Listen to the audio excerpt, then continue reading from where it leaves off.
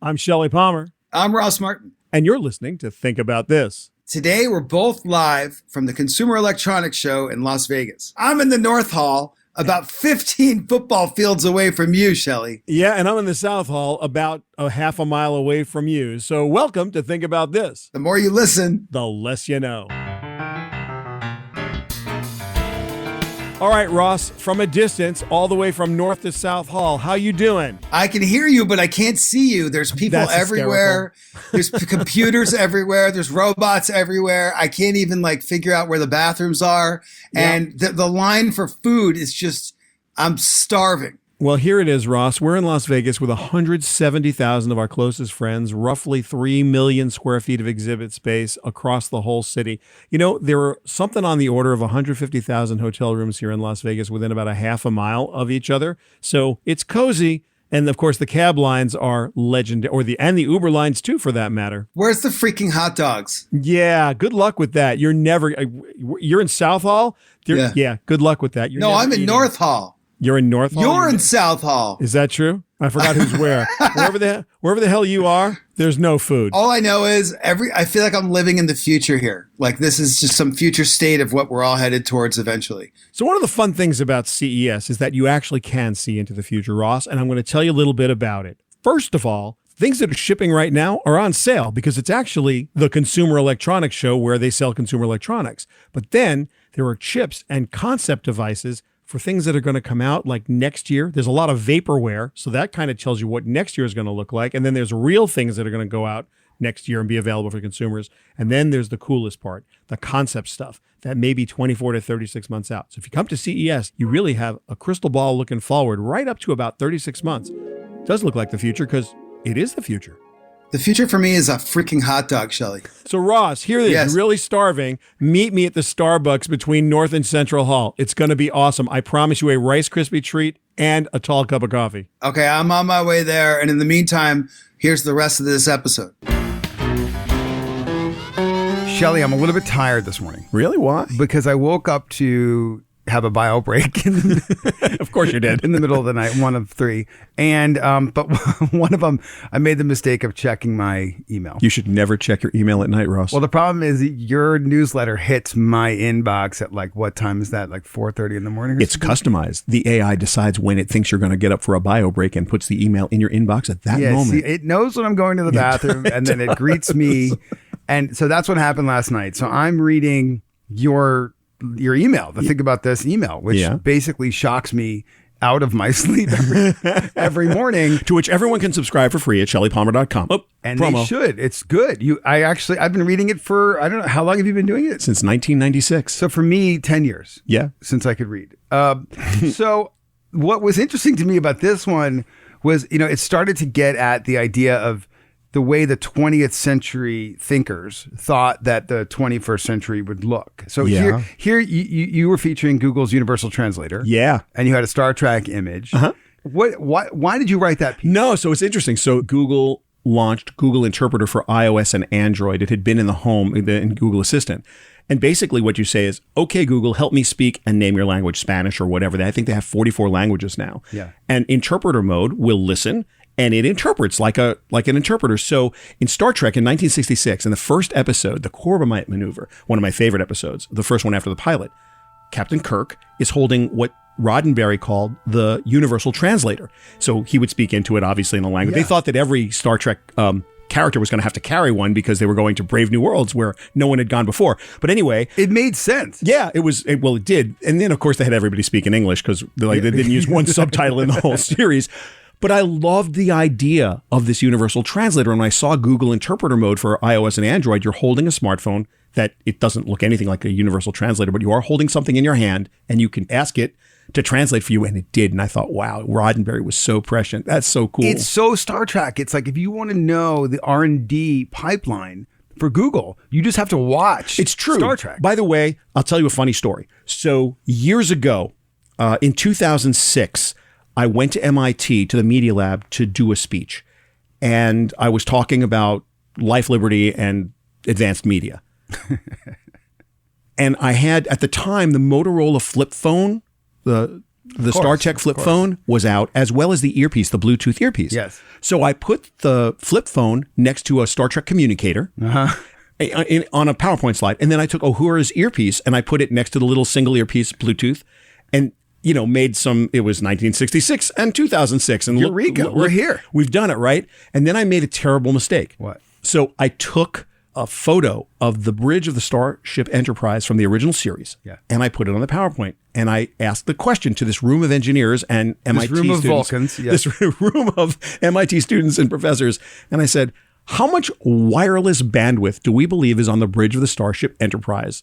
Oh my God. That is like, why would you ever ask that? It was that catnip. group? I thought people were just going to raise their hand and blurt out something. Spend the rest of the semester figuring that out. What everybody did was get up, and the walls of this room were the whiteboard walls, and they all took their markers and they started doing calculations to try and figure it out. And that was the end of my speech. No one was interested in anything I had to say after that. It's like equivalent to walking into a room of third graders and saying, would anyone like some candy? Yeah, pretty much. It was hysterical. Anyway, they ultimately came up with an answer, which I don't remember. It was in the petabytes. It was in the petabyte zone. But the thing that I took away from that was that Star Trek wasn't science fiction. It was goals. It was just goal setting for the engineers that were in the room. And look, there were some visions in the 20th century that were absolutely spot on and inspirational and aspirational. And then there were some that were, let's just say, wrong. Okay, so when we come back, we're going to talk about what the 20th century got right and what the 20th century got wrong about what life would be like in the 21st. Sounds like a plan. Beam me up, Mr. Spock. It's a new year and you want to keep growing your team, but you need the right tools to help keep your hiring streamlined and efficient. That's where ZipRecruiter.com/think comes in. ZipRecruiter sends your jobs to over 100 of the web's leading job boards, but they don't stop there. With their powerful matching technology, ZipRecruiter scans thousands of resumes to find people with the right experience and invite them to apply to your job. ZipRecruiter is so effective that 4 out of 5 employers who post on ZipRecruiter get a quality candidate through the site within the first day. And right now, if you're listening to this podcast, you can try ZipRecruiter for free. Just visit ZipRecruiter.com/think. ZipRecruiter.com/think. That's ZipRecruiter.com/think. Spell out THINK. ZipRecruiter.com/think. ZipRecruiter, the smartest way to hire. So, Shelly, typically at the start of a new decade, which we're on the precipice of, We are. we find ourselves... Well, wait a second, Ross. Yes. I have a question for you. Is this the beginning of a new decade, or do we have to wait till 21? It's a good question. Because you count 1, 2, 3. Like 0 was a concept that only happened with Arabic numerals. Like I know. Later. You're right technically, but I got to feel like people are ready to let the teens go. Let's just move into the 2020s. Okay, so we're not going to do any math. We're just going to do like some psychological. This is podcast. change. It's podcast math. We Podcast can take math. some liberties with it. Awesome. Yes. Okay. So Nostradamus, very good at telling us what's about to happen. Yeah. Others in our life have been I actually count on you to tell me what's going to happen in the future. And this is sort of a light episode. So I think we should go back to the future and... Well, actually, we'll go back to the past and talk about the future. That's what we'll do. That's a good point. So let's fire up the DeLorean. Let's go back 100 years to see what our old ancestors thought life would be like for us. Well, from a transportation perspective, they thought that cities would be multi-level with trains and cars on separate sky bridges. I'm sure you've seen that visual. It hasn't right? happened, but it does feel like that a little bit in Hong Kong. Yeah, a little bit. I tell you what's happening now, though. You got Elon Musk with the Boring Company, and the first one that I'm aware of, they're going to put underneath Las Vegas by the convention center, Yes. and they're going to have Teslas going that 1.5 miles under Paradise That's right. Avenue or road by the convention center. And there's Hyperloop. Right, that which is coming. So that's not a bad vision. The 1920s vision of what the world was going to look Yeah, like. but in the 1920s, people thought that we'd have 600 people on every airplane. 600. Surely you can't be serious. How many do we have on an airplane now? Well, I think a 777 is like 470 something. Okay, we're I'll have to getting look close. it up. But you know what? I am serious. And don't call me Shirley. They also thought they would have full-size lounges. Some of them do. Reading rooms, like a library on your airplane. I think it's Emirates, right? Emirates, you get the little cabin, but you have to be like super ultra first class. So if you can like take a mortgage or two or sell your house, then you could probably fly Emirates in a cabin. But normal people, you get 17 inches and you got to hope that you fit into 17 inches. And some of us who've had weight problems their whole lives are thinking that's harder to do than not. And then the legroom is next to zero. So I think their idea that plane travel was luxury travel is insane. Yeah, very because wrong. there's nothing about traveling on an airplane that's even a little luxurious. Okay, how about in the 1930s? This is fascinating to me. They felt that death from old age would be delayed. And I know what you think here. You think that we are the last generation or the next to last generation that's actually going to die. Yeah, I think that's right. What does that mean? Well, I see dead people. Look, Google's working on this. A lot of people are working on this. We die because certain things happen to our cells, and there's some good science being done on what it is that causes our cells to shut down when they do and causing organism death, like us to die. The people at Google are working on that. I think that as we get better at pattern matching, as the DNA sequencing gets better, as the science gets better, it's only a matter of time before they figure out how to either stop that from happening and or delay it dramatically. Then there's a whole other school of thought. You've got Ray Kurzweil and all of those people who are saying that at some point we're going to hit a singularity with computers where we'll be able to take our personalities and sort of merge them into machines. I don't know if that's brilliant or crazy or insane, but there's good science to support the idea that it's possible. I'm volunteering my body for that. Like right now. Sure, why not? Now, here's a meta question, a metaphysics question, or a philosophical question for you.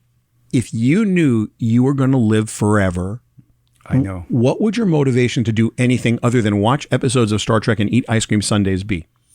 Yeah, I don't know. I don't want to live forever. No, but I'm actually being serious. Like if you knew, like you unlimited you know what's freaking time, me out about unlimited this is that, time. like when we do die, I feel like our family is going to play this episode that we're talking about our own death. Well, now I'm freaking out. I know exactly what happens when I die. Let's hear. Oh, I know. All of you guys disappear. I don't know what happens to me, but all of you are gone. So I'm not that worried. Well, let me turn it back on you. Yeah. If you could live forever, which Google is eventually going to figure out. Yeah. Do you want that?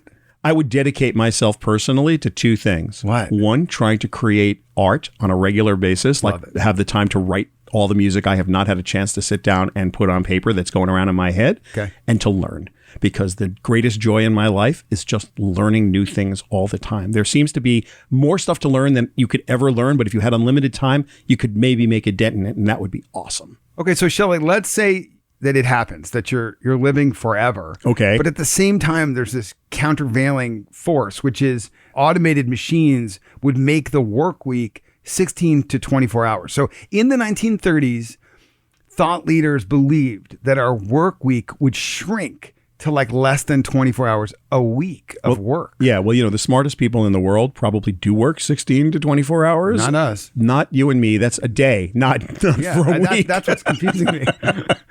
Well, in America, we probably work longer hours, I think, than any other country on earth. And productivity is, I don't know if it's enhanced or diminished towards the end of that. You're putting in 100 hours a week.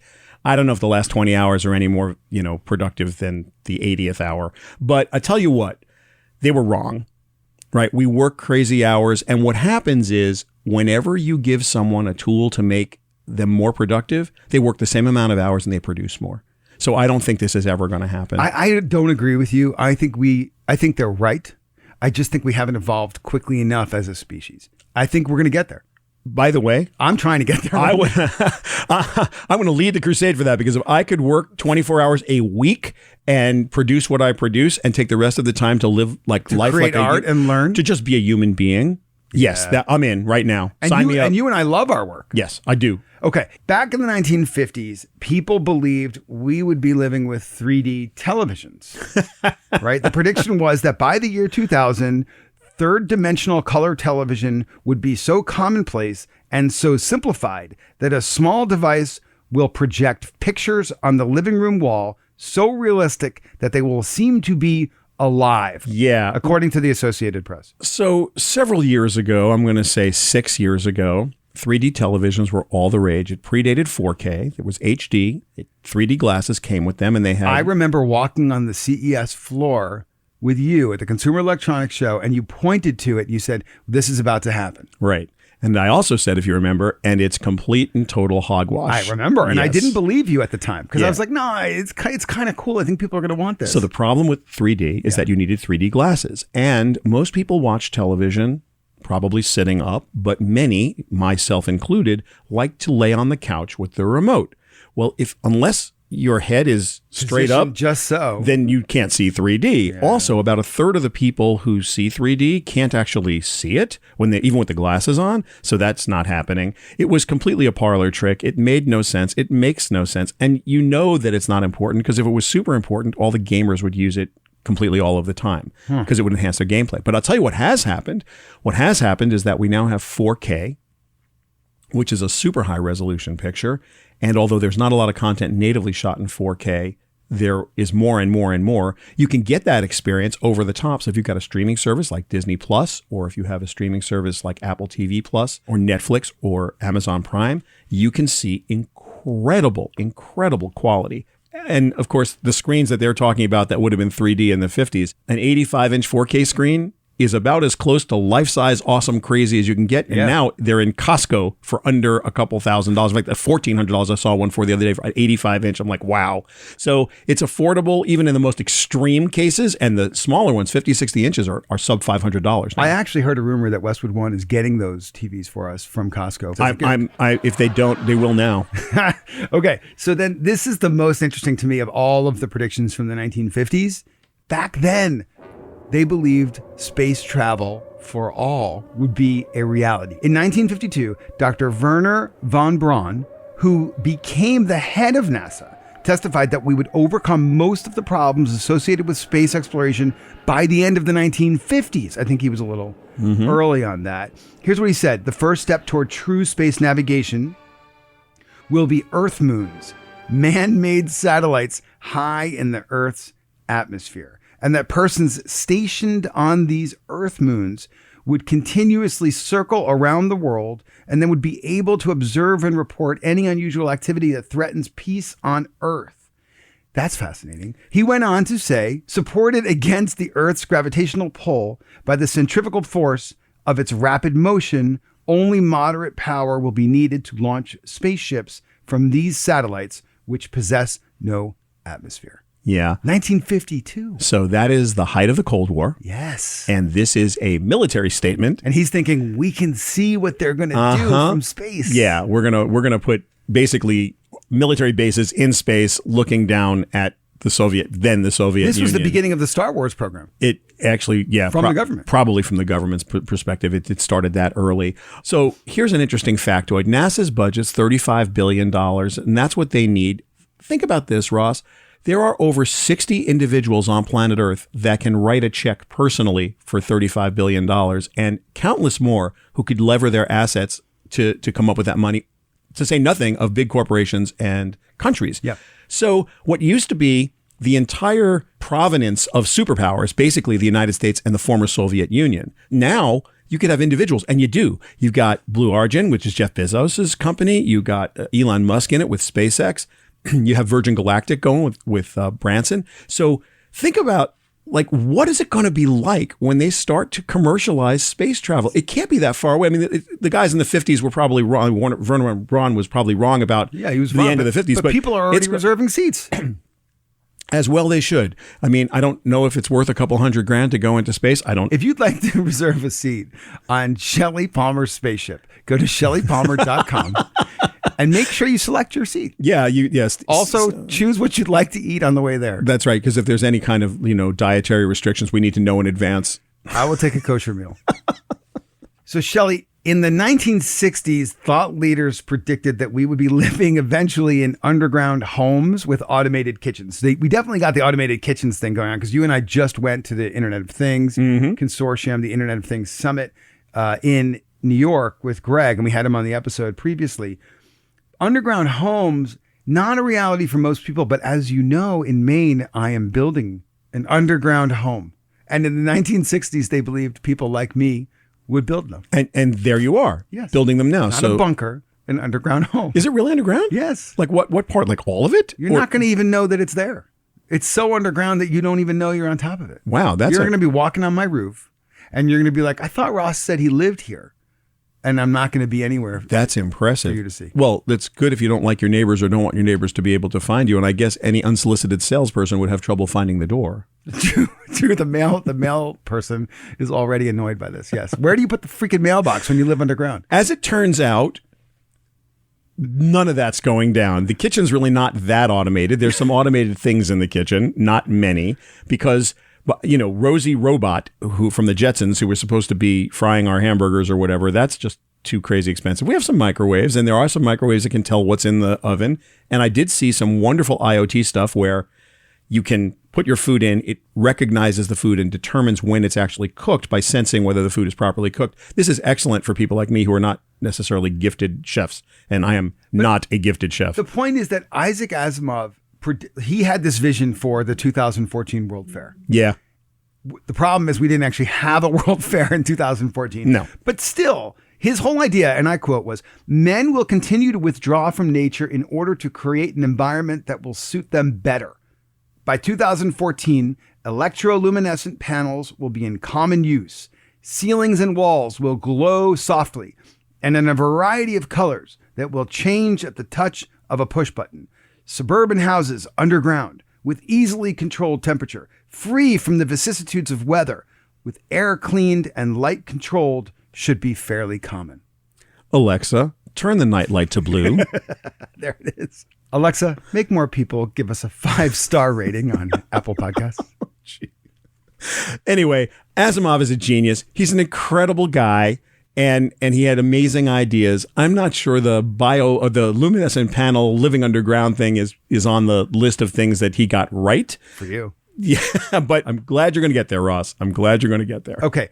You know what else they said in the 60s is that kitchen units would be devised that will prepare auto meals.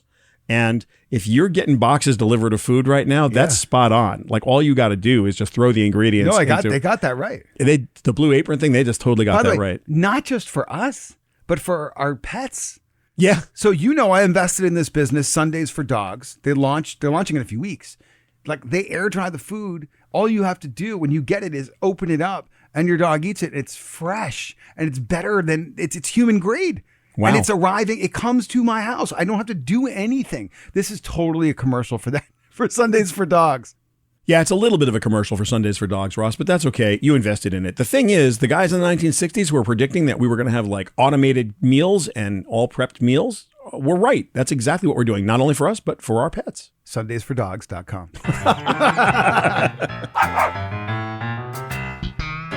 So, Ross, we've come to the end of our CES episode, which was live from CES here in Las Vegas. Yeah, what have you actually been hearing? Because you've been on the floor almost the whole time, and all I do is I see people following you around everywhere you go. Well, it's buzzword bingo, my friend. 8K, 5G. If it's got a letter and a number and an alphabet soup, it's happening here.